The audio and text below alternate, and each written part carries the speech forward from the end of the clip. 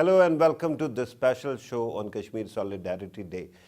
We as Pakistanis and Kashmiris all over the world observe this day every year with a lot of conviction.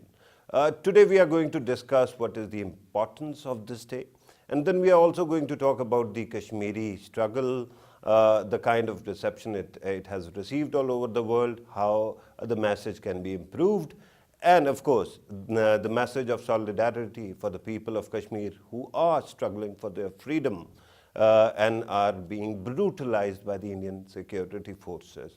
So we are going to discuss all these things, and in order to help us understand all these matters, we have with us a very important guest and an excellent resource, not only on Kashmir, but also on the foreign policy issues connected to it. Sardar Masood Khan Sahab, the President of Azad Jammu and Kashmir. Thank you very much, sir, for being part of the program. Sir, let us begin by discussing the efficacy of Kashmir Solidarity Day. It's a symbolic gesture that the people of Azad Kashmir and the people of Pakistan and diaspora community make to the people of IOK, Indian Occupied Kashmir. On this day, we want to send the signal to the people in Jammu, Ladakh and the Valley of Kashmir that we are with you. You're being brutalized, you're being repressed, you're being subjected to despotism. But here, your brothers and sisters, sons and daughters of this soil are with you. So, and this is a very powerful signal that goes out from Pakistan, from Azad Kashmir, and from all around the world. Right, sir. This wave of protest, the recent wave of protest that started in July last year, that has continued despite the predictions that it is going to die down. We have seen international media, we have seen Indian media that kept on predicting that perhaps the struggle is going to fizzle out, but it didn't happen. What is in your mind deriving it at this moment, and how is it different from the previous struggles? Well, I'd like to say that this is a very strong movement. There's no reason that it would die out or die down. The Kashmiris in the Indian occupied Kashmir, they have proved that they have been resilient for the past 70 years. The current phase, I mean, we are nearing 200 days of that current phase, starting in July last year. I think that this is different in the sense that Indian repression has escalated. It has reached new heights. For the first time, the Indian occupation forces in the Indian occupied Kashmir have used mass blindings as an instrument of war. So this is something new. But also in this latest phase, many young men and women, sons and daughters on the soil of IOK, they have shown this resolution, this exemplary determination to pursue their struggle despite escalated Indian repression. India has used brute naked force. They have tried to bribe them. They have tried to use their proxies there to intimidate them. Kashmiris say, they say loudly, and they chant collectively, "Go India, go back, leave our Kashmir." So this is something new about this phase. I'm glad that you spoke about their resilience as well. The important thing that is being commented upon at this moment is that people think that too many young people, especially very young, educated, or people in schools and colleges are participating in this. Is it a fair commentary on this phase of the movement? Yes, of course. I mean, you can see this on the social media. The social media has been very active. They have been covering different dimensions of this movement. And this is being driven by, this is being steered by young boys and girls. They are posting the actual footage of killings of Kashmiris, their mass blindings, the scenes in the hospital, also demonstrations that they are taking place, Indians firing pellet guns and so on. Not only that, but they are also posting and uploading their songs, their dirges, the sadness that they feel, also their resolve. There's this league of stone pelters. They are also uploading their own determination to oppose the strongest army in the world, the strongest occupation army in the world, operating in their territory. So I think that this is a movement which is being sustained by youth. But this is not something new. I mean, you go back to the 1947 or to each succeeding decade, and young men of those generations were leading the Kashmir movement. So this is not something new. What is new is that Kashmiri youth are giving this message to the Indian occupiers that no matter what you do, we will not rest until you give us liberty and freedom. And talking about the oppression, and you have already said that there are new heights to this oppression. A pellet gun has been used, and very strangely so. It has blinded so many, it has killed so many. The trouble at this moment is we have seen commentary coming from Amnesty International. We have seen commentary coming from all over the world, civil society at least. But we haven't seen the end of using of this method of torture. Why exactly is it?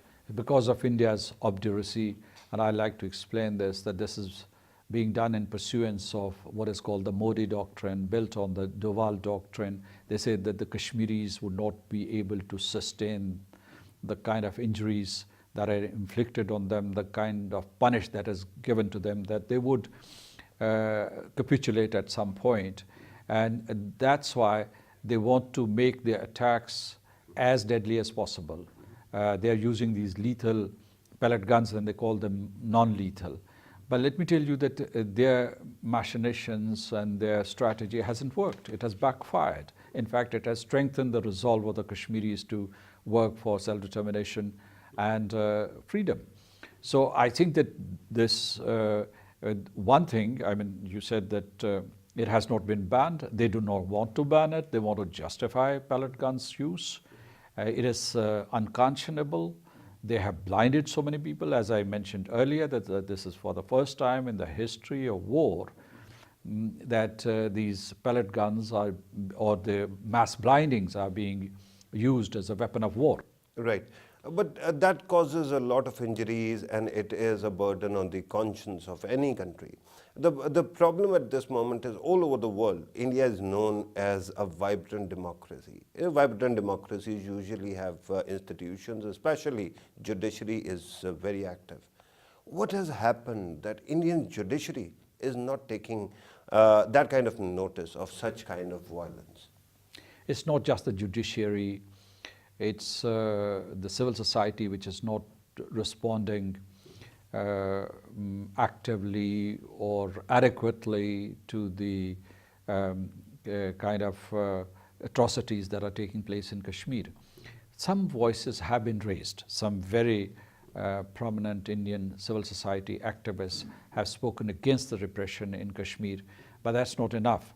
I'd say that, in fact, the Indian state has institutionalized repression in Kashmir because the actions of the Indian occupation forces are backed by black laws.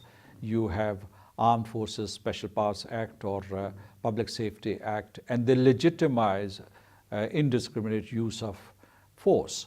So that's why, I mean, the judiciary, whenever there is an investigation that leads to no conclusion, that doesn't lead to justice. Right. So I'd say that in a sense, the entire Indian state is complicit in these crimes against humanity. Right. You are absolutely right when you say that this kind of violence and then the normalization of such kind of violence is there, and it is supported by the Indian state. The trouble at this moment, when you look at the role played by civil society, that you are already mentioning, there might be a few people here and there who are raising their voices, but not that many, as we have seen in the past, working on something else, some other issue of human concern. Right now, why is it that the Indian civil society is so silent? Is it only because the state says so? Because usually we have seen that in democracies, civil society can work independently. Or are they afraid something has changed in India? That's why they don't want to raise their voice. A couple of reasons. One is the fear which has been instilled in the minds of the civil society or citizens of India, that if Kashmir goes, it would have a domino effect on other states. And as you know, that India is a very fragile union, so there's this apprehension. But also, I would like to say that they are afraid of these extremist forces. They retaliate. I mean, whenever somebody speaks up for Kashmiris, they're dubbed as traitors. They're called Desh Darohis. So that's why they're afraid. You have these saffron squads roaming all around the country. So this is yet another phenomenon. But I think that even those who feel for the Kashmiris or who think that what is being done in Kashmir is unjustifiable, they do not speak up. And I say that silence in such circumstances is also becoming a party to the crimes against humanity. It is complacency, yes. Plain and simple.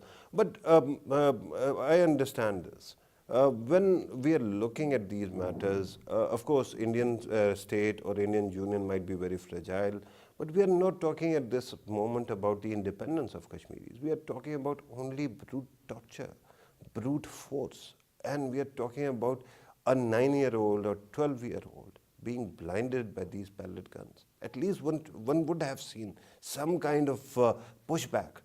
At this moment, as we are talking, there is a pushback in the US, and people are out against their president's policies. That doesn't seem to be happening in India. What is different in India? If it is a democracy, how is it different from other democracies in the world? You know, diplomacy is important, reaching out to the international community is important, so that we make the entire world aware of the atrocities being committed in Jammu and Kashmir. But first things first, I think that the international community, international opinion must be mobilized to put pressure on India to put an end to these killings and violations of human rights and genocide, because it's targeting Muslims, not any other community, and they're killing them. And this is genocide. This is ethnic cleansing. And so the first priority is that India should be stopped from killing these people. Yeah. It should be made accountable to the international community, to the United Nations, to the United Nations Charter, other conventions and instruments. So I think that, as you know, that the response from the international community is not proportionate to what is happening in the Indian occupied Kashmir. Let me tell you that, of course, the influential capitals are silent, or they have issued very cautious, artificially balanced statements. And even the mainstream media in the West, the traditional media, newspapers, for instance, New York Times, Washington Post, or Wall Street Journal, they have given very little coverage to the atrocities, to this catastrophe in the Indian occupied Kashmir. Yeah. And in fact, on the other hand, I think the good news is that the social media has extensively covered Indian atrocities in IOK. So it is kind of a balance, which means that what is repressed by the so-called establishments then appears in the social media. Yeah, in social media also there were incidents of censorship. For example, Facebook actually started blocking so many pages. Wherever the picture of Farhan Wani was posted, they actually blocked it for some time. Later on, there was some reason why they restored it. And the British media has been covering it quite, seriously in the past. But there's something very strange going on. On one side, you see this kind of repression. But whenever the world is focusing on that and showing the pictures of the victims, the wounded, all of a sudden, a terrorist attack or so-called terrorist attack takes place in Indian occupied Kashmir. And then what we see is the emphasis shifts from human rights to security issues. India and Pakistan, confrontation, nuclear flashpoint.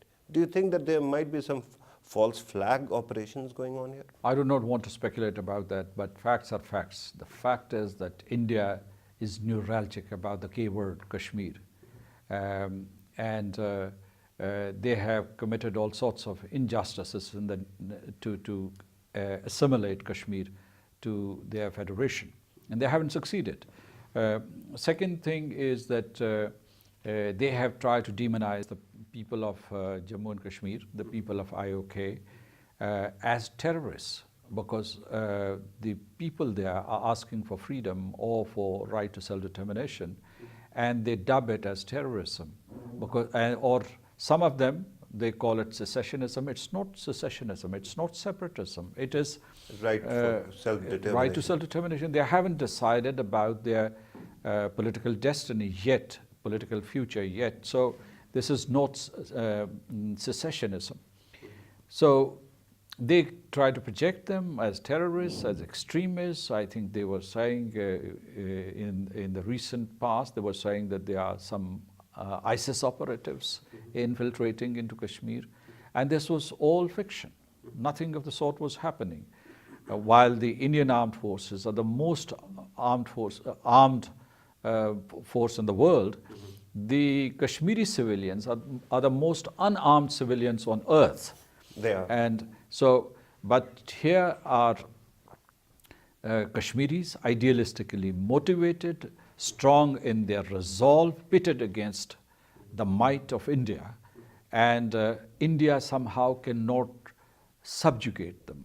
It cannot intimidate them into submission, either through coercion or through economic inducements or through recruiting their agents in the valley and Jammu and Ladakh. So this is very frustrating for India. India knows probably that no matter what they do, they would never be able to assimilate IOK to their own territory, to the Indian Union. Mr. President, but the argument, this argument that India, the Kashmiri youth is being radicalized, doesn't it actually undercut India's own position? Because India keeps on saying that there is no conflict, it keeps shutting its eyes to the demands of the Kashmiri people. On the other side, if the Kashmiri people are prone to be radicalized, that is a threat to the entire Indian Union. So shouldn't they be actually resolving the Kashmir dispute before it becomes really a difficult thing to manage? This would be a rational thing to do, but India doesn't believe in rationality when it comes to Kashmir. And you're talking about, you were talking about the Modi doctrine and why should they be using force? If according to them, these were their own citizens, the people of IOK, which they are not. But let me tell you that the Modi doctrine is a multifaceted policy. They want to use brute force in IOK. At the same time, they want to give this impression to the Kashmiris and communicate to them very strongly that there is no political issue to be settled in Kashmir. There is a law and order situation. Simultaneously, they are giving a signal to Pakistan that there is no issue related to Kashmir even on the bilateral agenda. They want to remove this Kashmir from the bilateral agenda.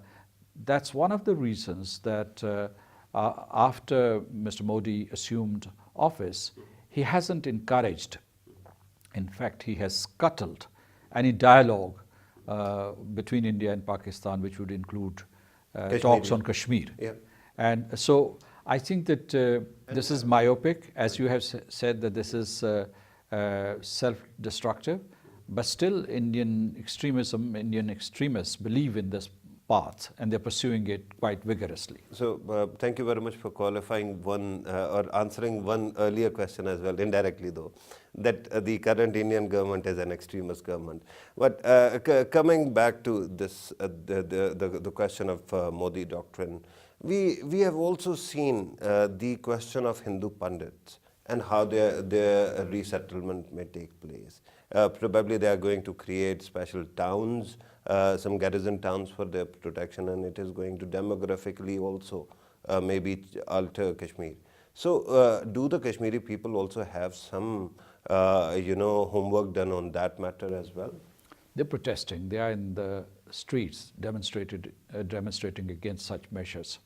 And it's not just pundits. I mean, when you talk about pundits, pundits would be very happy if they come back to the mainstream, they live with other Regular Muslims. Kashmiris, yeah. They were always part of the fabric of Kashmir, and they never had a separate identity, so to say. They were very much part of the polity of Kashmir. But India deliberately, systematically separated them so that it can propagate against the Muslims living there and give the impression that pundits were being seen as a separate community. But it's not just that. I mean, I have also learned from some sources, that it's not something that is going to happen in the future. They have already started building those settlements, illegal settlements for pundits, also for Retired army officers. ex-army officers, and and they are taking a series of measures. Also, and this is on the pattern. These settlements are being constructed on the pattern of the Israeli illegal settlements being constructed by Israel in Palestine.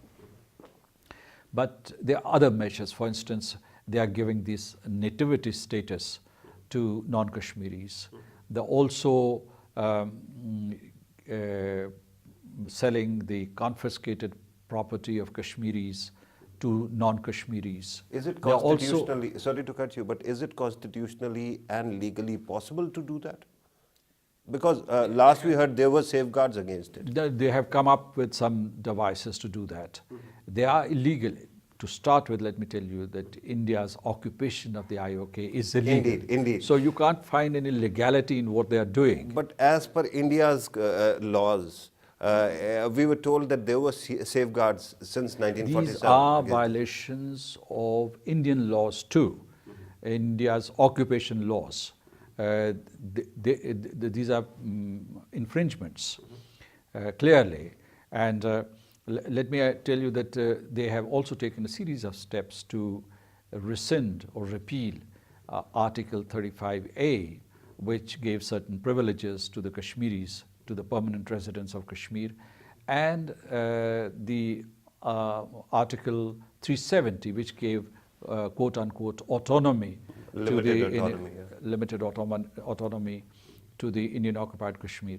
So I think that they are taking a series of steps, to change the demographic proportionality, and second is to eliminate this special status that was given to the Kashmiris, and third, to pursue an assimilationist strategy. Right. But again, it brings me back to the question of pushback.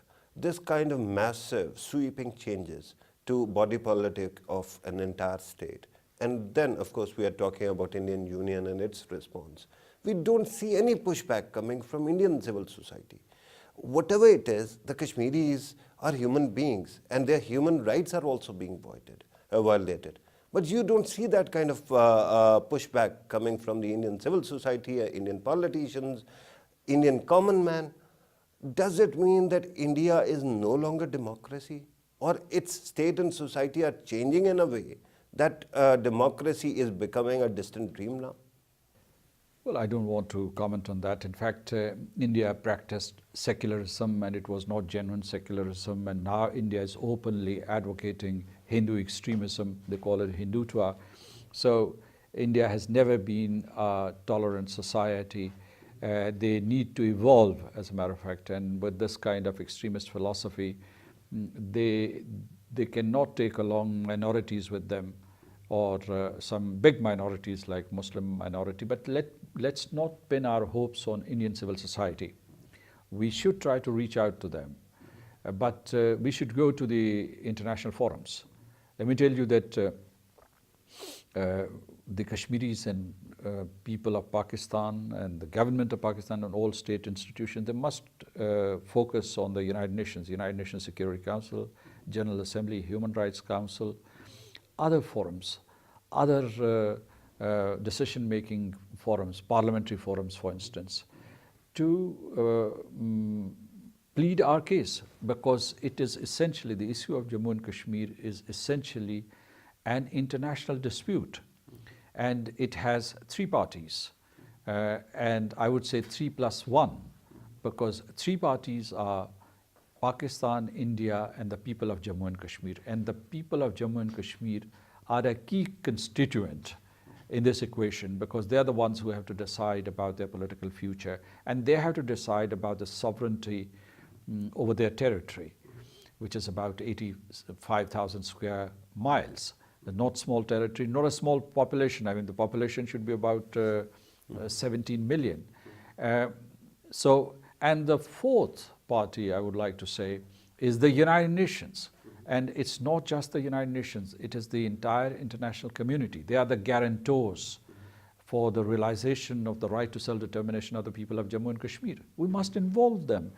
You know, over the years, what has happened that we have relied too heavily on bilateral talks or bilateral dialogue and contact and engagement. We've been very keen. Kashmiris have been very keen. Pakistanis have been very keen. But India has used all sorts of techniques and subterfuge to sabotage or scuttle these talks. They've done two things, in fact, in regard to the dialogue, bilateral dialogue.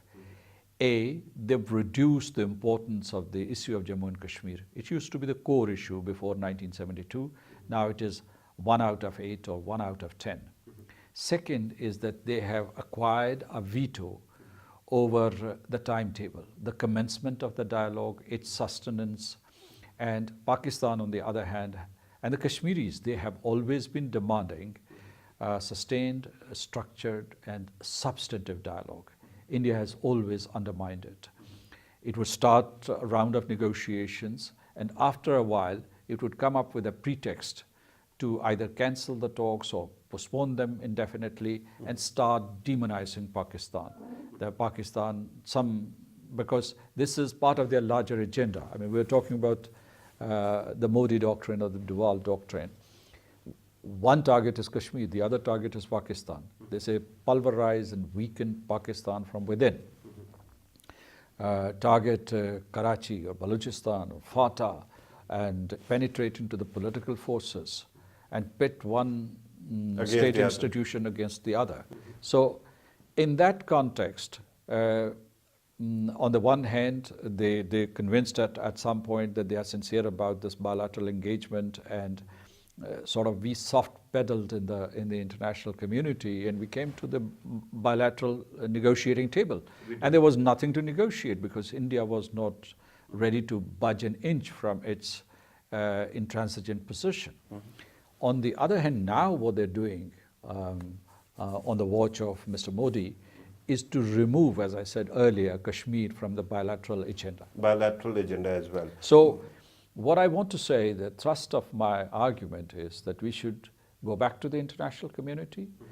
We should also go back to the international civil society and other opinion makers, whether they are in North America or in Europe or Far East, Asia Pacific region. We should go there. And we should also concentrate on our diaspora community, because compared to the past, our diaspora community all over the world is much stronger, wealthier, and it has political clout wherever they are. And we must strategically leverage their strength. I'm going to talk about international institutions as well in a short while, but I have to actually focus on the bilateral track as well. You just said that India has controlled and has acquired a veto on most of the timelines, how to actually manage, when to meet, what to discuss, and Pakistan has soft pedaled. Why is it that Pakistan has led itself into a situation where talking to Pakistan is considered a concession by Indian state? I won't say that we did it intentionally. I think we sincerely invested our time and energy in bilateral process. It is important. After all, India and Pakistan someday have to talk to each other. And Kashmiris have to be part of this dialogue process, of this negotiating process, because they're the ones who have to endorse a decision made between India and Pakistan, or a decision which is kind of catalyzed by the United Nations. So I think this is a contrast between the two mindsets. We believe in diplomacy, dialogue.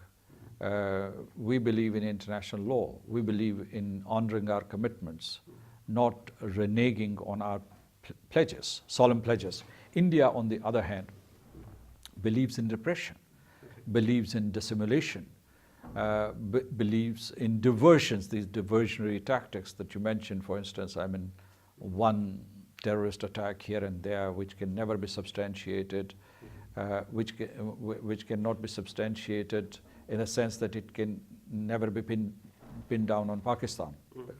So in Udi's case also, they came up with so-called evidence, and later on it fell apart because the two children they were blaming turned out to be innocent. The so-called surgical strikes, the whole farce about teaching Pakistan a lesson. So what we have to realize here is that we are up against a very, very crafty rival, and it would use all its resources and ingenuity to keep its occupation in Kashmir. And the only path that we can pursue is of diplomacy, reaching out to international community, because as far as blood is concerned, that is being given. Blood is being given by the Kashmiris themselves in IOK. There is no dearth of sacrifice.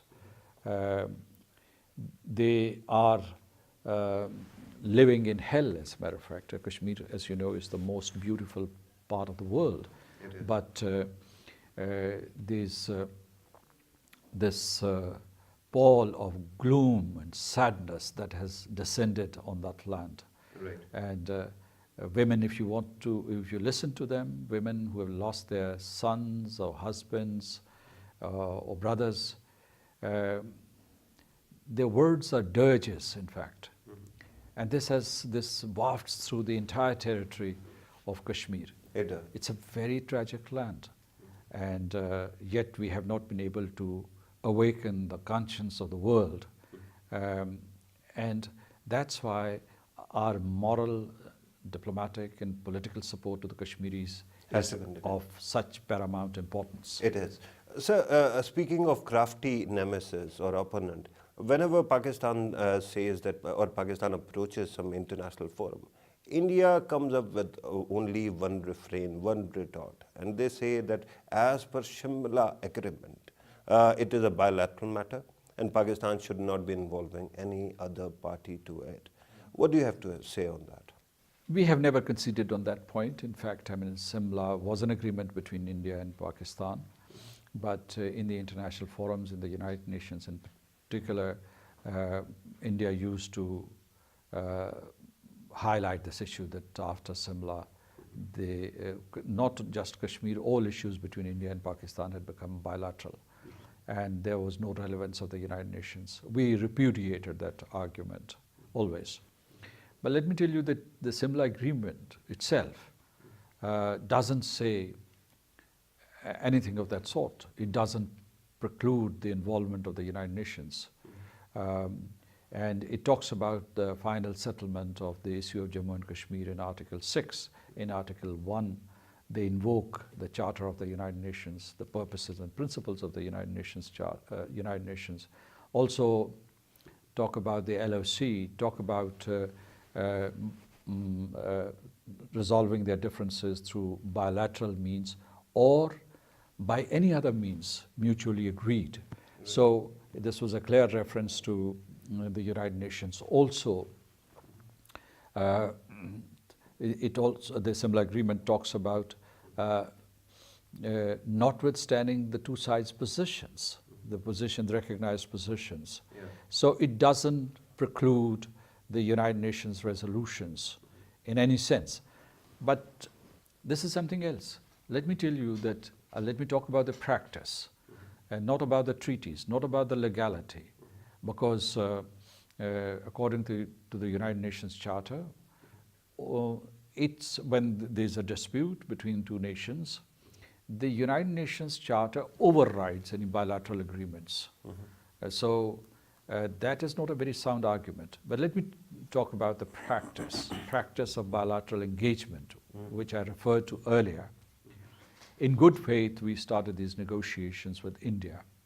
And over the years, starting in the 1970s till now, it tried to reduce the importance of the issue of Jammu and Kashmir, and it turned bilateral dialogue into a mirage.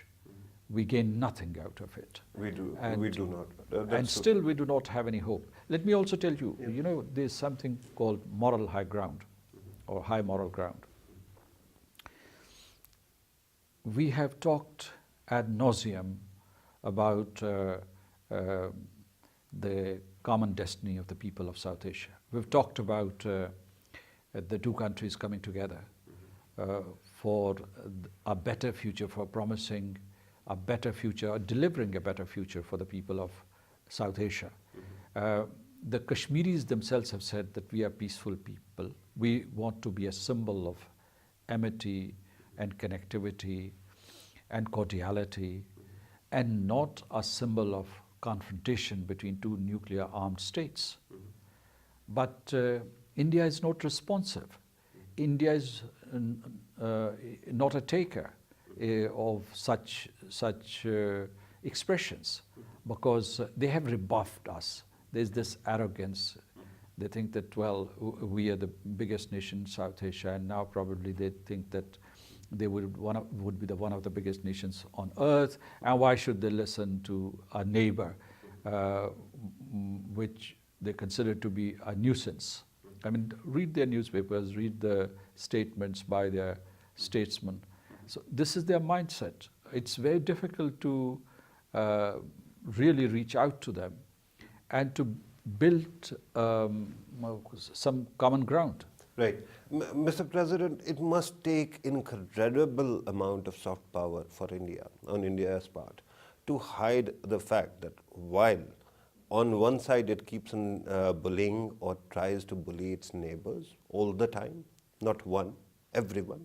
On the other, it manages to register itself as a symbol of peace and stability in the region to the West. How can Pakistan expose that double standards in front of a common man in the West? Well, India has some soft power, and it has manipulated different dynamics to project its soft power, and it has managed to hide its crimes in Kashmir and other parts as well. But one thing, let me tell you, that India is not benefiting primarily from its soft power. It is benefiting because of its hard power. And the hard power comes from strategic alliances. It has somehow convinced the United States or other Western powers that it would create a barrier against the rise of China, against the ascendancy of China. And somehow the Western countries, or at least the intelligence are quite gullible about it, because India is never going to play that role. So because of strategic alliances, India is getting away with murder in Kashmir. Right. And this kind of open repression. Because, I mean, all the newspapers, all the news agencies from all over the world, all television networks know about what is happening in Kashmir. So they can't hide their crimes. In this day and age, I mean, I'll tell you that yesterday there was some killings in Canada, some part of Canada, and they became international news. So why can't the news in Kashmir become international media, and why can't they be repeated? So I do not want to complain about double standards, but what I want to highlight is that India is benefiting from its allies' strong belief in profits, and the second thing is strategic alliances. Right. So Fear of the I call it, Chinese. I also call it mercantilism. Right. That is quite an interesting argument. But don't you think that in recently there have been some very interesting developments when America has actually withdrawn from TPP, and it seems that that so-called pivot to Asia that was thought to be basically driven by the desire to contain China has been scrapped. So at this moment, India cannot play this card. And this is high time that Pakistan can push for its own benefits, can highlight these matters very easily. Which matters? Like Kashmir. Yes, of course. We should continue to highlight whatever the issue of Jammu and Kashmir, whatever the circumstances, whatever the environment, international environment, because we would not rest. I mean, this is the message that has been given by the Kashmiris. They won't rest until they have attained freedom and self-determination. So we have no choice. But let me tell you that India chose the timing of its repression last year very astutely, because the Obama administration was winding down. There was this rise of extremism in the United States, and they used that window to kill and maim and torture Kashmiris with impunity. And they have succeeded in doing that. But there is a reaction. There's this huge reaction in Kashmir. And Kashmiris have resolved that they would continue to pursue their struggle until they succeed. So what I want to say is that while we should read these broad trends, the people of Pakistan and Kashmir have no choice but to persevere in their effort. Let me tell you, once again, let me reiterate, nobody should get this impression that we are jingoistic, that we are somehow believers in war or warfare. No, not at all. On the contrary, we want diplomatic processes to succeed, whether they are in the United Nations, whether they are in the bilateral realm or in a trilateral setting, or even if there are mediators or there is a third-party intercession. We would welcome that. Mr. President, in the conclusion, any message to the people of Kashmir who are struggling, and today's day is about them? My message to the people of Indian occupied Kashmir is that here in Azad Kashmir, in Pakistan, and all over the world, our diaspora community of Kashmiri and Pakistani origin, we are with you. I've traveled to the United Kingdom, to the United States, and to Norway, and I'll be shortly going to Brussels. And I can assure you that it's not just Pakistanis and Kashmiris. There are many in the international community which are with you, which believe in the truth and justness of your cause. And I can assure you that with determination, with resolve, one day we would prevail and we would not lose heart. We understand your suffering. And by these words that we use for expressing empathy with you or solidarity with you, they would not take your pain away. But let me tell you that we are suffering with you, and we will do whatever we can here in Azad Kashmir and all over the world to help you get your freedom, which is your inalienable right. We are with you. This is my message to the sons and daughters of Kashmir, of the Indian occupied Kashmir. Right. On that note, Mr. President, thank you very much for your time. Thank you very much for being part of this program.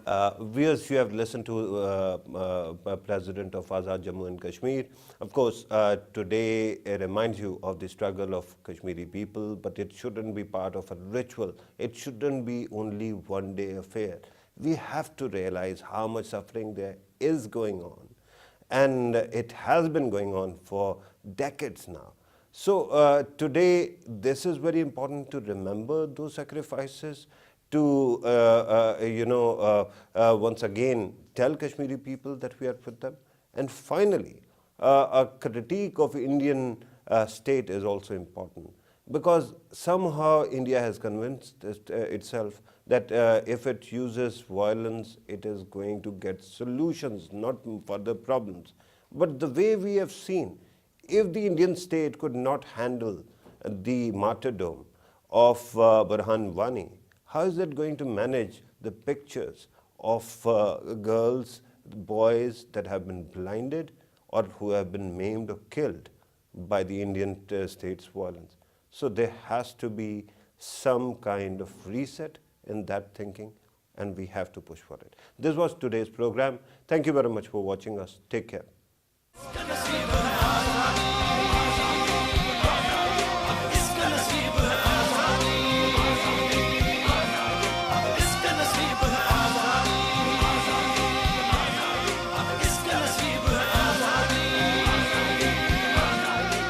gonna see